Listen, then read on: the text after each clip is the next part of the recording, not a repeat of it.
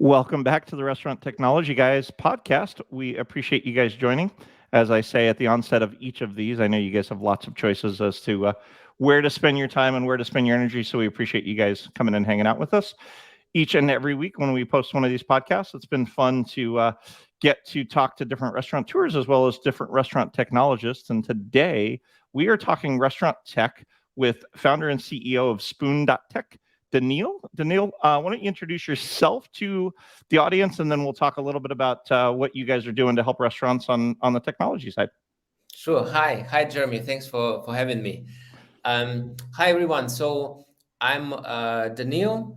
I'm based in Vienna, Austria, and I plunged into the restaurant business around 3 years ago when after leaving McKinsey, so I was at McKinsey and Company working as a strategy consultant there. After leaving McKinsey, I decided to pursue my passion and try hospitality. And me and my co-founder, we started this restaurant concept called Tolstoy, which we call a tech-driven restaurant franchise, right? So basically, we decided to build a restaurant which is digitized through and through, and basically in that way, being a fully transparent for us as managers, yeah, because as many from the audience probably know, a lot of things, a lot of problems in the restaurant industry come from the fact that oftentimes you don't see things as they're happening in the real time, right? Yeah. So our idea was, okay, we're going to create a restaurant concept. We're going to create a restaurant and a franchise where every step of of the value creation, every step of the value chain is kind of digitally recorded, from talking about from self-service kiosk to order going to the kitchen to inventory management and so on.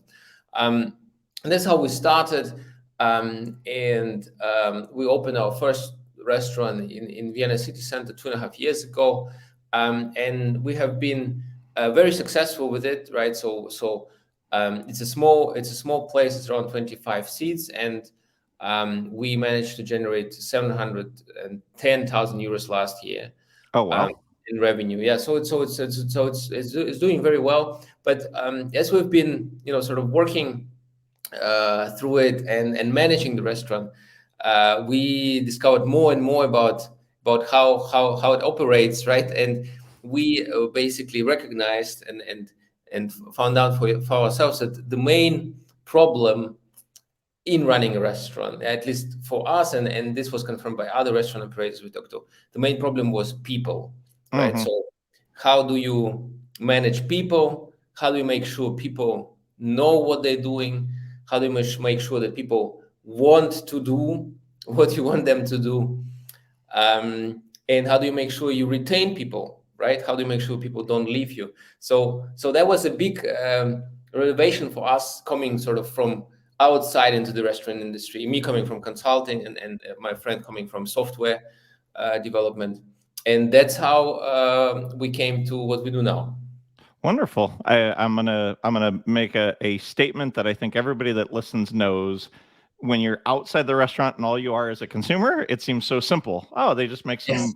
some food and they serve it to people. But at the end of the day, you've learned over the last 2.5 years. And so I'm going to dig in just a bit on your passion before I jump into the tech side of things and kind of what you guys are doing at Tolstoy. But have you always been one of those people that wanted to open up a restaurant? Talk to me. You said you were following your passion after you left McKinsey, Yeah, and exactly. I'd love to dig in a little bit to that so that our audience can get to know a little bit more about you. Sure. Yeah. It's a very untraditional story and non-traditional trajectory, I would say. The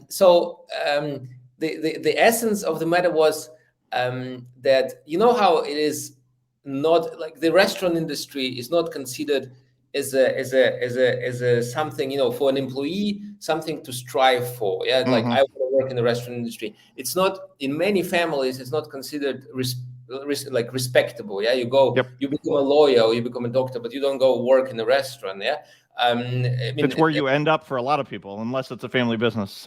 exactly. Yeah, It's where you you end end up. up You can't get a job as a doctor. You can't get a job as a lawyer. You can't finish exactly. school, engineer, or whatever, and so you go to the restaurant. Yeah. Exactly. So you drop out of university, whatever, and so I come from a family who is very driven and who's very ambitious, and in my family it was always, oh, you need to be in the best university, you need to do the best internships, and you need to do all of this kind of things which are considered respectable, and that's sort of what I was doing for the longest time, and. And that's how I ended up in McKinsey essentially. And in the end, I spent there 4 years, and I loved it. Also, it was really good experience. But at some point, I said, look, I was always, since I was a child, I was always fascinated by hospitality. I was always so fascinated by restaurant industry. I really want to try it. I really want to, because if not now, then when? Because Hmm. it's the opportunity cost at some point become too big, and you just don't want to leave everything and just go to somewhere to start something. And I decided, okay, I'm going to do it. And first thing I've done, actually, I went to work in a restaurant. So I went to work in a high-end restaurant as like a kitchen help first for several months.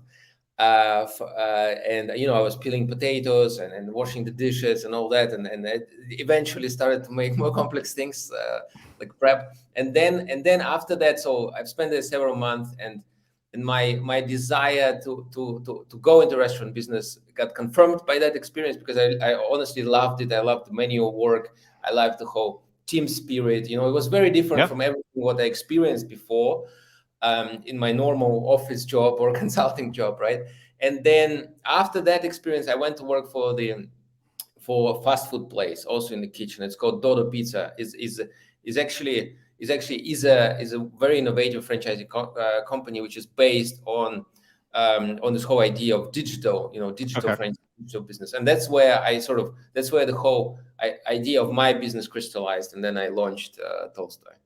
Love it. I love it. Thank you for that backstory. It's great. I always enjoy it. And there's a neighbor friend of mine who works for a big bank here in the U.S., but he used to be in Mhm. the restaurants, and he and I talk about her. I'm going to send our kids to go work in restaurants, because even if they don't end up Yes. in restaurants, there's a level of grit and determination and hard work that you have to go through when you're having to serve the public and you're having to make food. To your point, work with your hands. That I think. I don't know. At least in the U.S., there's children don't get that. And I personally grew up working in restaurants from the age of 15 through Mm. college, and then ultimately started in restaurant technology. Um, so you talk about kind of the backstory. Where did you come from? Talk to me a little bit about what you guys are doing with your product. That you want to get the word out, and it sounds like you had a real good reason for that. Yeah. But talk to me a little bit about, what are you trying to do? What are you trying to solve for? You talked about needing employees being, part of the solution to running the restaurant, but you guys have come up with some different ideas because of that digital first mentality and the fact that your co-founder is such a techie. Yeah. Yeah. Essentially, going back to the basics, sort of, when we realized, okay, you can create as many tools as you want in the restaurant, and as many digital tools and as many buttons as you want, and I think about optimization and automation and all of that, but essentially, if your employees do not understand why they need to do something, or they Hmm. they do not want to do something, then nothing's gonna work. Yeah, no, like, when we started into this business, I've created all this fancy processes, and very McKinsey mindset, like optimization and numbers, and after we opened, I quickly realized, okay, the most important thing is people. The Uh-huh. most important thing Love is it. people. And that's when this whole idea started to crystallize, slowly over time, where in the restaurant industry, especially during COVID. We opened in fall 2020. In Europe, it was second lockdown. Sitting is prohibited. And what happened is that a lot of people who've been working in the restaurants, they decided to change profession, yeah, because it was very hard. It was, you had to wear a mask in the kitchen. You had to test every day, and so it was horrible. Yeah, it was absolutely horrible. And so a lot of people changed professions, and we got a real problem. We got a real staffing problem because people were leaving. I mean, volatility is always a problem in the hospitality, but Yep. with COVID, it became even bigger. People were leaving, and new people who were coming, they didn't have any experience. Usually because we couldn't have any other people, and obviously because of that, the quality went down, the cost went up, the frustration went up in the team because how do you teach these people? Yeah.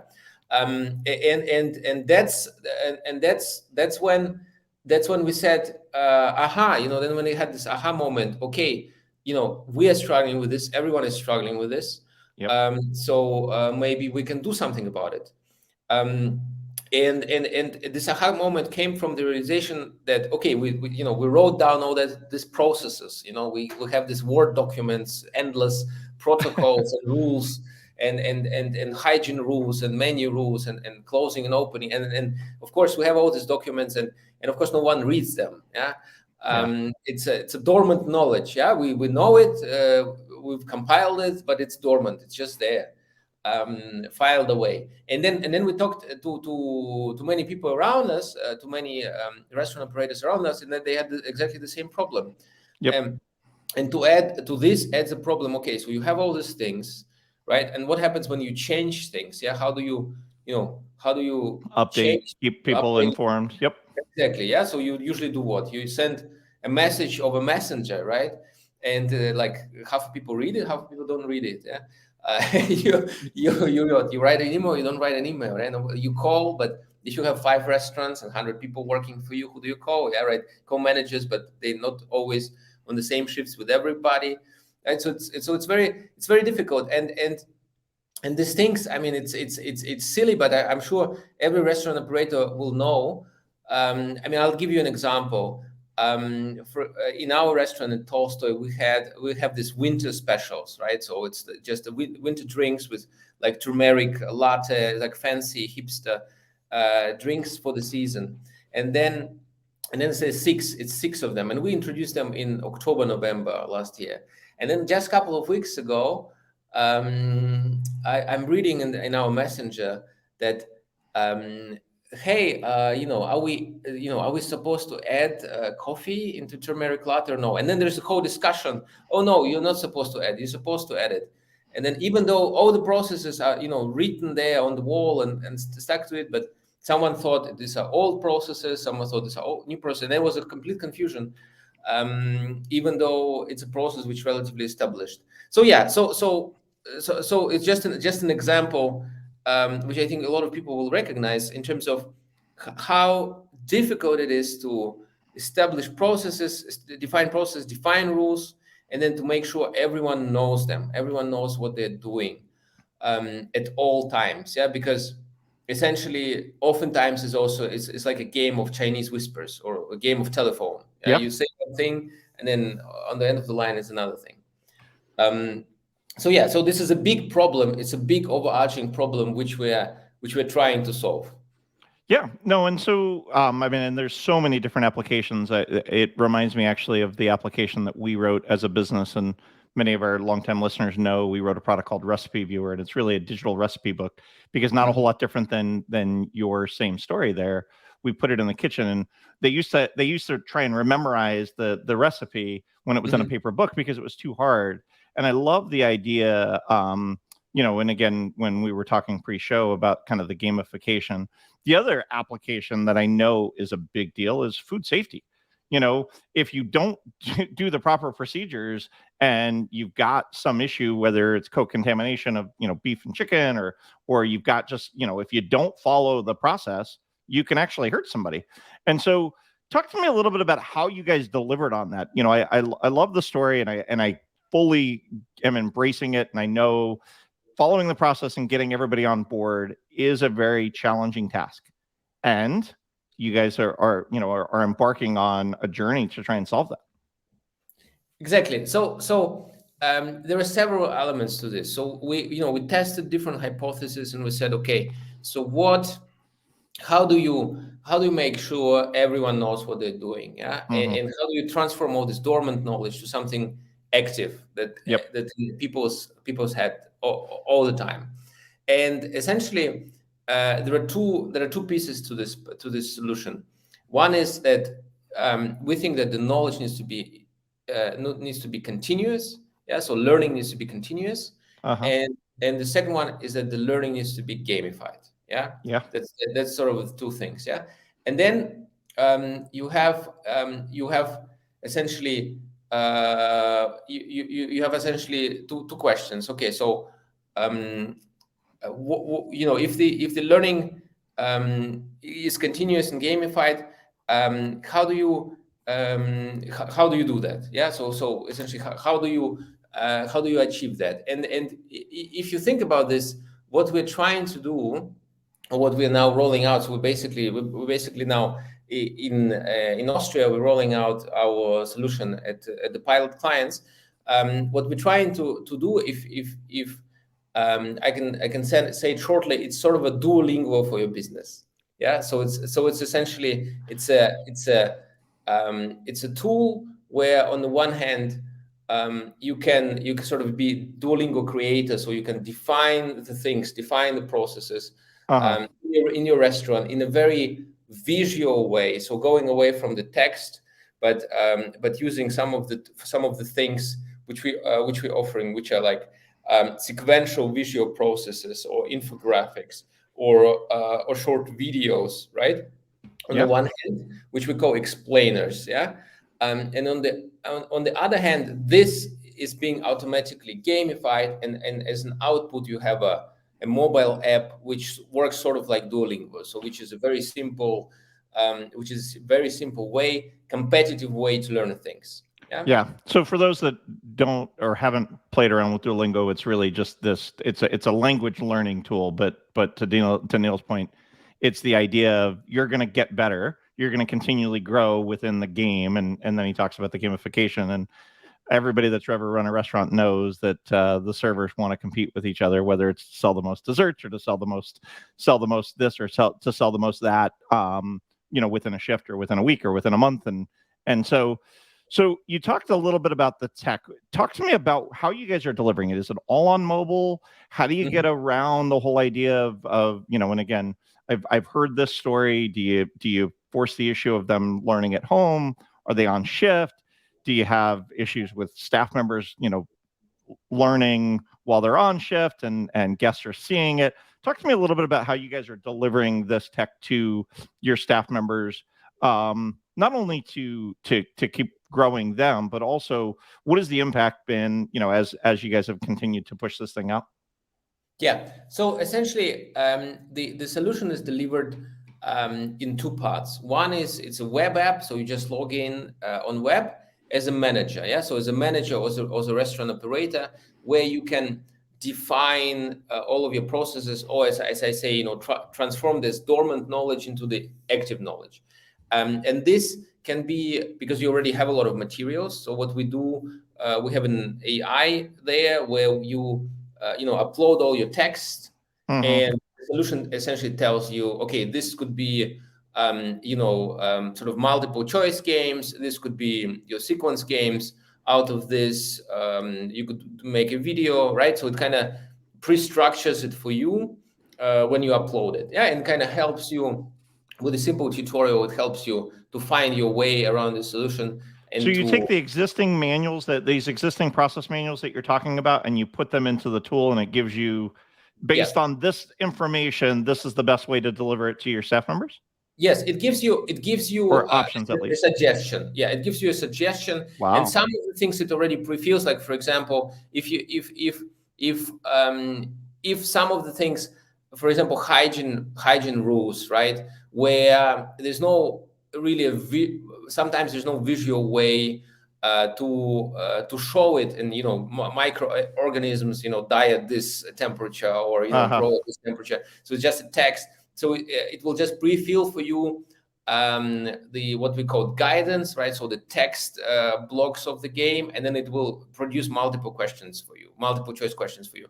If there's something which is more is the solution will think that, okay, we can visualize that, so it will give you a recommendation. Okay, that will this part of your knowledge you can do that and this, and for this part of your knowledge you can do video. For this part of your knowledge you can do some kind of sequential games and so on. So yeah, so the solution will give you a little bit of help in setting it up, because obviously a big problem of every restaurant owner or an operator is a lack of time. Yes. And we know in our own, based on our own experience, how busy you are when you're operating a restaurant, and how busy you are with 1,000 topics all of the time. So we don't want to add up to this, but obviously, you will still need to spend some time on setting this up. Yeah, but we're trying to make it as simple as possible. And then exactly. So and then that's on the manager side. And then all of these things which you're putting in there being automatically gamified, and you can just adjust the games in the tool, and to see, okay, maybe there's some light adjustments which you think will work better for employees. And then on an employee side, you just have an app on your phone. So it's an Android and iOS.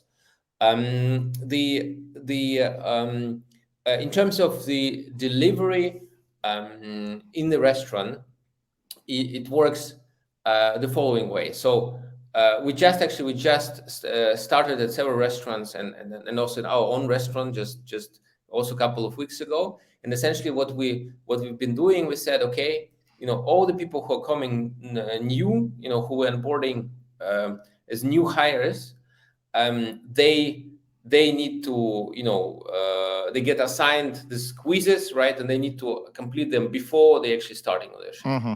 Yeah. So it's like it's a homework, because people are also, in the beginning, as I think every operator also knows, people are very motivated to show that they want to learn, that they want to do new things. So they are very eager to do this before when they right? start. Yep. No, for sure. So and this also, of course, saves a lot of headache and in terms of the time and the onboarding cost. I cannot unfortunately yet say, I don't have estimations or empirical data to confirm it, but that's our hypothesis, that it will shorten the cycle essentially. Well, it'll also create some retention. You talked about it earlier, that everybody wants to grow, everybody wants to learn, everybody wants to do better. And just as human beings, that's just a human factor that happens. And so with that, the more you can allow them to continue to get better, whether it's skills for that brand or skills, future in another brand, it's going to help them, because they realize that the brand is investing in them and teaching them. Exactly, and this is a very good thought, by the way. Yes, I forgot to mention it. Is one of the at least all the operators we talk to, we ask them, okay, so what is the reason people are leaving most of the time? And they say, it's frustration. It's sort of a depression, onset of depression, because you feel you're getting stuck. Yep. And you're not developing anymore.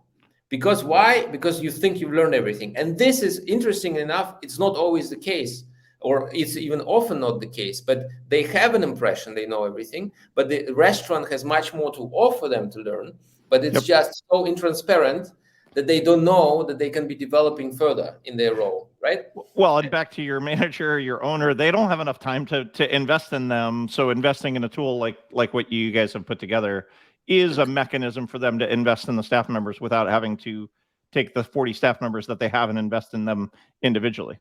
Correct. Yeah, correct. And this is again, this is really good point, because this reminds me, I didn't talk about this, but essentially in the web app, that's what you do. You define the learning cycle, you define the growth cycle. So you define all of your processes, then you define all of your roles, and you sort of can sort them as a sort of a ladder, right? So you go from 1 to 3, it's like levels in the computer game essentially.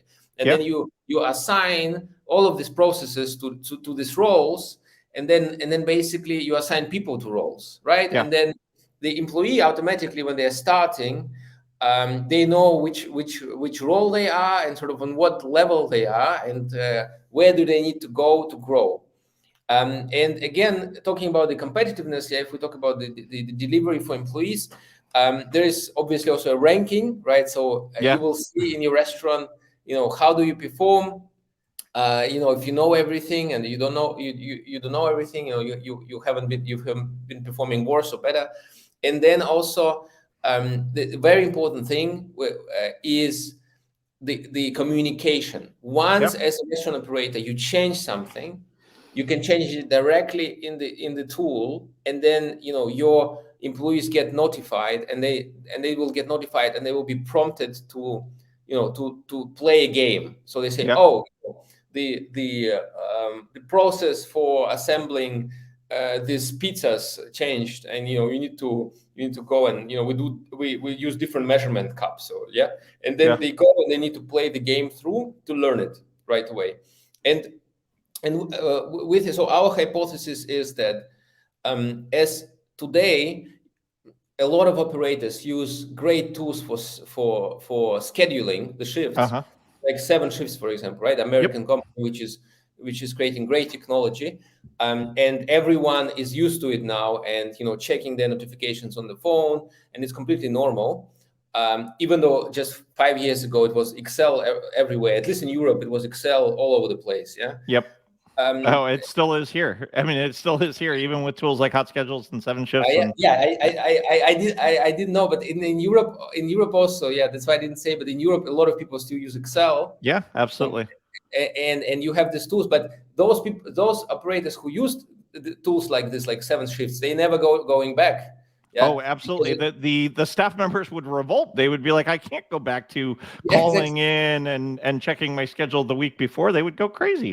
It exactly. actually, when I did my interview with the CEO of 7 Shifts, he says it's a selling point for restaurants to hire staff. Back to your point of figuring out, it's going to make the communication of picking up shifts and trading shifts and things like that so much easier for the staff member, and it creates a higher level of retention and a higher level of satisfaction for them. Yeah, because it's much less stress. It's just much Absolutely. less stress, and it's the same. It's the same principle here, where we said, when 7 Shift said, okay, you have this spreadsheets which are horrible.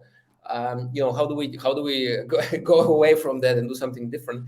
And that's the same question we asked. We said, we have this, Word documents which are Yep. horrible, and we have these messengers which are horrible. How do we move away from that? And we create something, we create a tool, which is easy to use, and everyone loves it, yeah, essentially. And Yeah. that's what we're trying to do. Yeah. And essentially everyone, employees will have that app, and all the notifications are there. Something is changed, and it's already there, everyone knows it. So you have then consistency all over your operation. Yeah. So I'm going to go back to something you mentioned earlier, and I want to talk through it with our audiences. You got McKinsey trained. You know how processes work. You can write processes in your sleep, but many operators don't understand how to do that. Talk to me a little bit about how you guys are solving the process issue, I guess, because creating a process is not always easy. It takes time, it takes energy, it takes some knowledge of how to do that. Talk to me a little bit about how you guys are helping people to ensure that processes not only are there before you gamify them and then put them in front of the staff. Yeah. I think you're absolutely right. I think there are two cases. Yeah, there are two cases there. So case one is the one which I mentioned, is where there's been an effort in an operation to codify the processes, right? So Yep. there's been something written down and so on, and usually these are operations where you have ambitions to grow, ambitions to scale, oftentimes. And that's why already, because already when you want to open second restaurant, you need to write something down, Yes. right? There's no way around it. And then obviously there is also a big chunk of operators where a lot of things happening, as just a lot of things happening by, I wouldn't say gut feeling, but by experience, right? Mm-hmm. So because a lot of things just been there, people have been working there for a long time, and so you have the Joe, and the Joe has been working here for 9 years. He knows how to do it, so Joe will do it. But the sad reality of things is, I think that especially after COVID, the being in the second category became increasingly difficult. Yeah, because Yes. again, people are leaving you. People are leaving you, and so since people are leaving you, you need to do something. You need to do something to codify things. Yeah, and what our tool essentially offers you is that when you log in, in the manager overview, it gives you there's a simple tutorial of a different restaurant operation, which shows you okay, how another restaurant solved all of their processes. Because Yeah. essentially, okay, the restaurants are different. Yeah, every restaurant is a bit different, but also every restaurant is a bit the same. Yeah, you have you have the same problems, you have the same pains, you have the same things you're kind of working through. Yeah, you got to take raw So products. You got to you got to prep them. You got to make them. You got to serve them to customers in some way, whether it's through a drive-through or it's in a dining room or it's through takeout. Yeah, no, absolutely. correct. What how we're trying to solve it, we're just showing the examples inside of our tool where you say, okay, look, so there's a pizza restaurant operator, and there's a burger restaurant operator, and there's the sort of a full non-fast food, non-quick service operator, and that's how their service looks like in our tool, service Hmm. processes. Yeah, and it's like sort of, these are the sequences for the service processes, and these are the videos for the service processes, and these are, and so on. Yeah, so we're just trying to take people by example. And I think it's then easier, of course, if you see those examples, to come up with something of your own. Yeah. Yep, absolutely. Or you get 80% of it, 90% of it, and then tweak it for your own, specific restaurant and how you guys might run those things. So I love it. What have you seen? You guys created this tech. I assume you still own the restaurant. You and your co-founder still own the restaurant. What have you seen even in your own staff? You guys, I'm guessing that they were the test cases. You guys were continuing to use your own staff members to Yes. test out this technology. What what has been, the biggest positive that you've seen out of your staff members beyond they get to work with you and how awesome you are and how awesome your co-founder is? Yeah, no, it's a good question. The best thing we have seen is the appreciation by people that they don't need to repeat things to the newbies. Love it.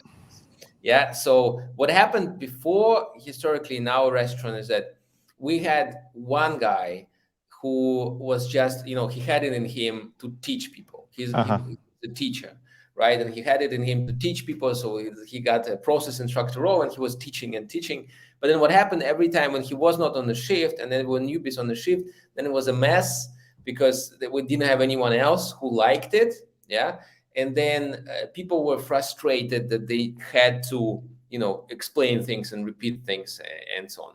So the biggest, so we're just talking about the weeks now, because we rolled out the solution also just a few weeks ago, but it corresponded with the change in staff. We had 3 new staff members coming, and what happened is that the employee gave us feedback that, hey, it was amazing that people came and they already knew these basics, and they were already what we were talking about. Yeah. So it was not completely, there was this frustration factor, and the stress factor was out, that you are on the shift and it's a busy Sunday, for example, and then you have this newbie who is just doesn't know anything, and doesn't know where to stand and where to look and so on. So that was the biggest feedback so far from our own stuff. Yeah. And I'm guessing that it also allows you and your co-owner to not be in the restaurant nearly as often because the staff is understanding the processes. I don't know that Yeah. you're quite there yet because you guys just rolled it out, but No, no. a lot of times people open up a business for freedom, but then Yeah, they yeah. lock themselves into the business that they're there because they can't get out of their own way. No, for sure. It was, for us, it was from the beginning the goal to build a business in a way that you are not that you are not there, because otherwise it's not a business. It's It's a it's job. work. It's work. It's It's a work. job. Yeah, It's a exactly. job. It's occupation.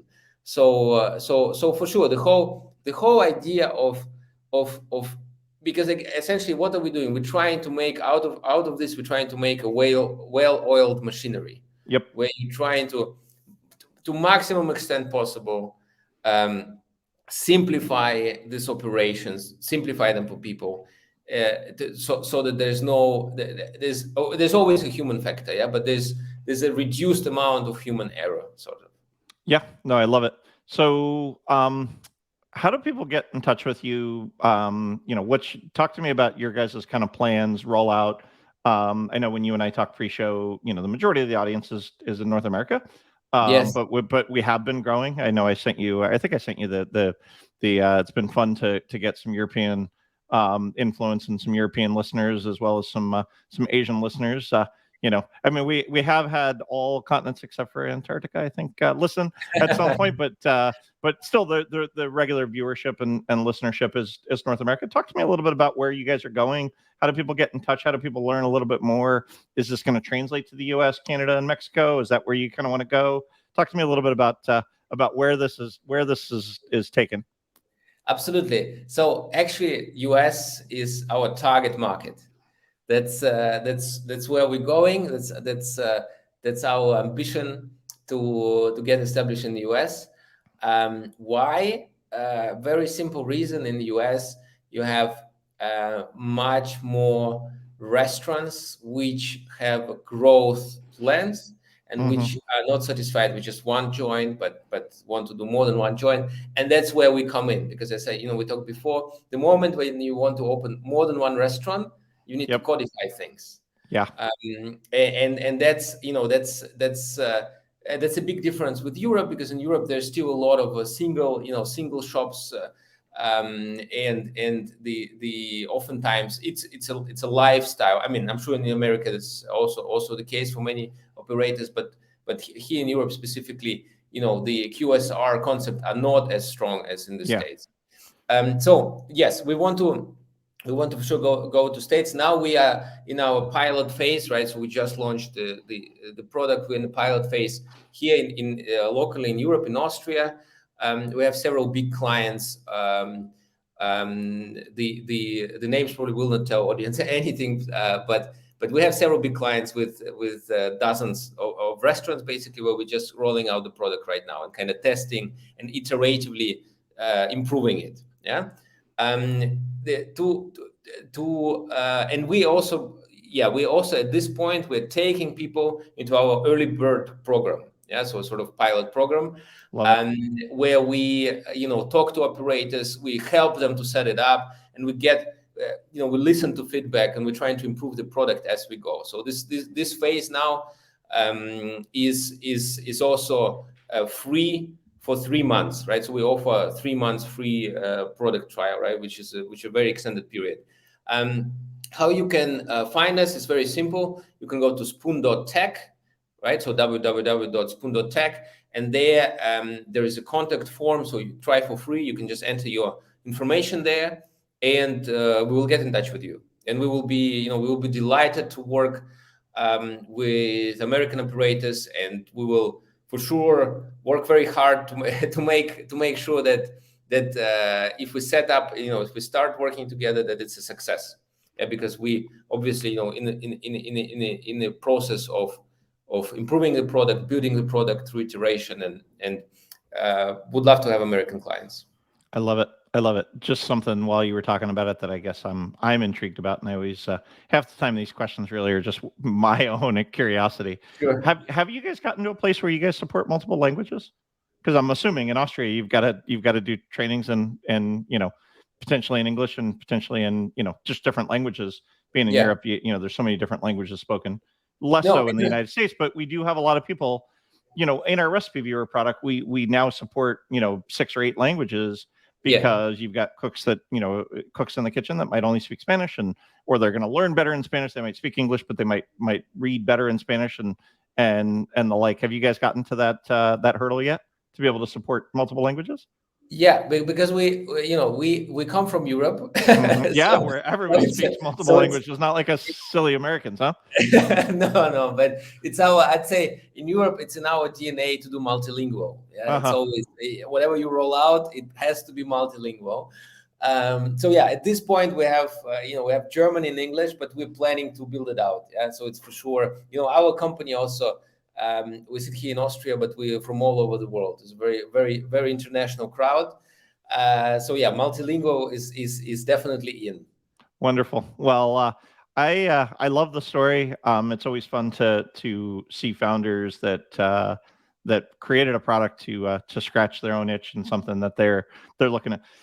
Because again, I'm still intrigued, and I wrote down notes.